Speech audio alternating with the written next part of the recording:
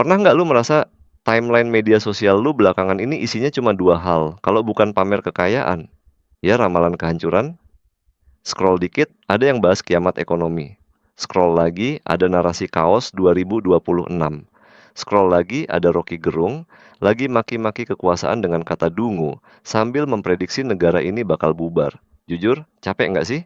Lu bangun tidur, buka HP, langsung disuguhin ketakutan. Seolah-olah besok pagi kita semua bakal miskin mendadak atau perang, saudara. Tapi pernah nggak lu mikir, jangan-jangan ketakutan lu itu emang sengaja diciptakan? Ini bukan peringatan dini, ini dagangan. Dan lu adalah konsumen setianya.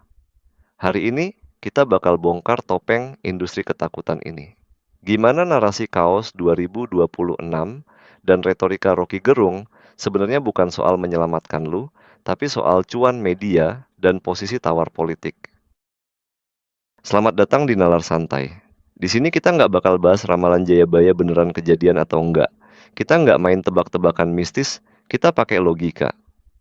Topik hari ini agak brutal. Kita bakal bedah fenomena Chaos 2026 yang lagi digoreng habis-habisan. Kenapa tahun 2026? Kenapa narasinya selalu soal kejatuhan rezim dan huru-hara? Dan kenapa tokoh seperti Rocky Gerung bisa jadi nabi di tengah kegelapan informasi ini? Seringkali ini karena kita terlalu naif melihat media dan politik. Kita pikir mereka kasih info biar kita waspada.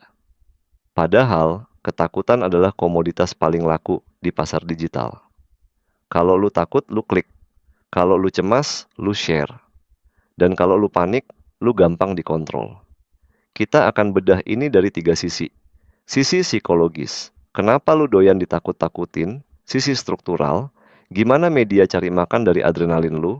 Dan sisi sosiologis, gimana elit politik main catur pakai bidak bernama kecemasan publik. Siapin kopi, tarik napas, karena bahayanya nyata, tapi bukan seperti yang lu bayangin. Sekarang kita bedah isi kepalanya dulu. Kenapa sih video tentang Indonesia bubar atau Chaos 2026 view-nya bisa jutaan, padahal isinya bikin stres?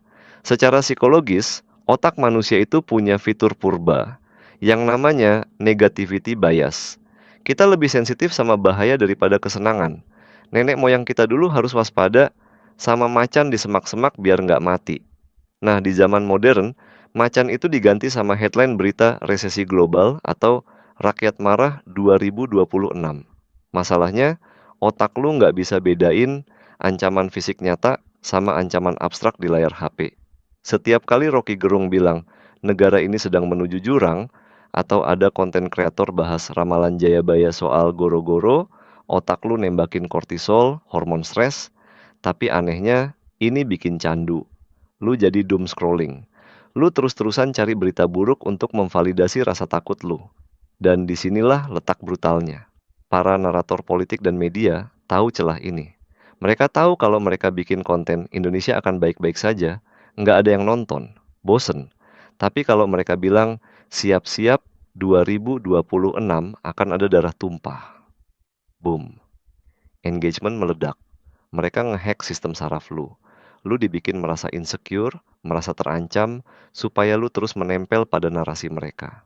Lu merasa butuh mereka untuk memandu lu keluar dari bahaya, yang sebenarnya mereka besar-besarkan sendiri. Efeknya, burnout fisik dan mental. Lu jadi paranoid sama tetangga, nggak percaya sama pemerintah, yang emang nggak kompetensi. Tapi parno lu jadi berlebihan. Dan lu jadi pesimis sama masa depan lu sendiri. Lu kalah sebelum perang. Jadi, kalau lu ngerasa cemas nontonin video-video itu, sadarilah kecemasan lu itu lagi diuangkan via AdSense. Masuk ke aspek kultural dan tokoh. Kita nggak bisa bahas chaos tanpa bahas ikonnya, Rocky Gerung. Gua harus akui, dia cerdas. Retorikanya tajam, logikanya seringkali runut. Tapi kita harus lihat dia bukan sebagai dewa penyelamat, melainkan sebagai pemain dalam industri opini. Gaya bahasa Rocky itu khas, ya, dia pakai istilah-istilah tinggi, filsafat yang rumit, lalu diakhiri dengan vonis mematikan dungu. Apa yang terjadi di sini? Ini adalah teknik intellectual intimidation.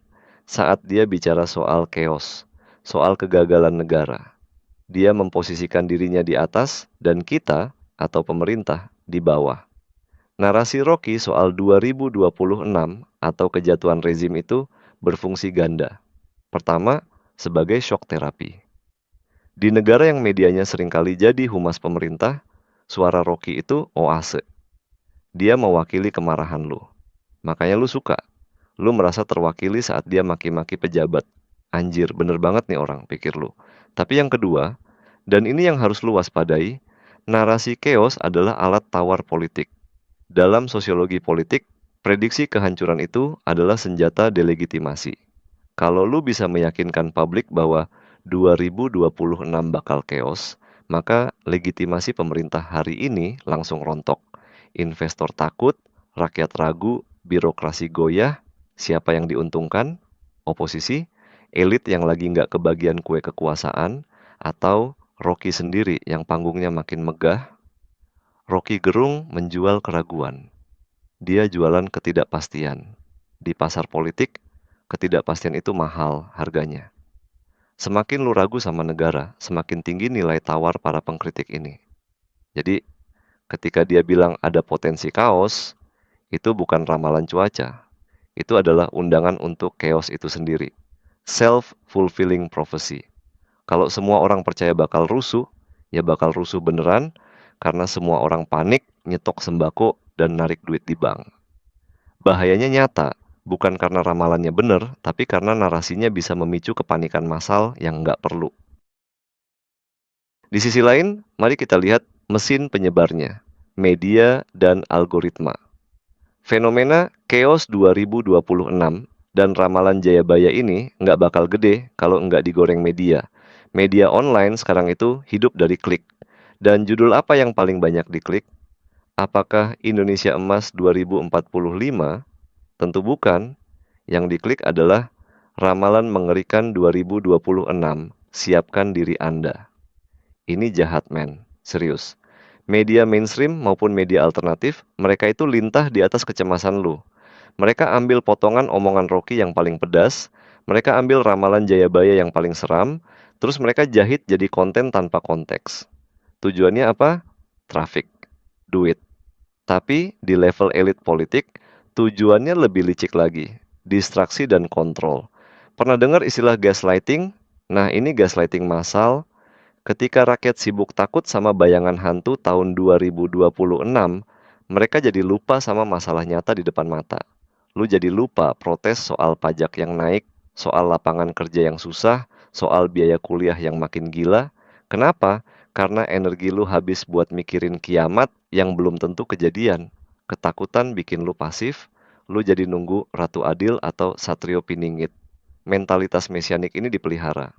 Nanti 2026 bakal ada perubahan besar kok, tunggu aja. Padahal perubahan itu harusnya dituntut sekarang, bukan nunggu ramalan. Ini strategi kuno. Bikin rakyat takut akan masa depan, biar mereka nggak berontak di masa kini. Atau sebaliknya, bikin rakyat takut akan chaos, biar mereka memohon perlindungan pada penguasa atau calon penguasa baru yang menawarkan stabilitas. Jadi, ketakutan lu itu bahan bakar kampanye mereka. Lu cuman angka di survei elektabilitas yang naik turun, tergantung seberapa takut lu hari ini. Terus gimana cara lepasnya? 1. Sadari kalau lu lagi dimainin. Berita chaos, ramalan Jayabaya, narasi Rocky, anggap aja itu hiburan, bukan kitab suci. 2. Saring informasi pakai nalar, bukan pakai emosi. Kalau ada berita yang bikin jantung lu deg-degan, stop, jangan share. Cek dulu siapa yang ngomong, apa kepentingannya. 3. Fokus ke apa yang bisa lu kontrol. Kesehatan mental lu nggak ada cadangannya. Daripada lu stres mikirin negara bubar 2026, mending lu fokus upgrade skill, benerin finansial lu, dan jaga kewarasan lu. Ingat, hurt people hurt people. Orang yang panik akan memicu kepanikan orang lain. Jangan jadi mata rantai ketakutan itu. Dunia mungkin emang lagi nggak baik-baik aja, tapi bukan berarti lu harus kehilangan akal sehat, cuma karena ditakut-takutin sama orang yang cari makan dari ketakutan lu.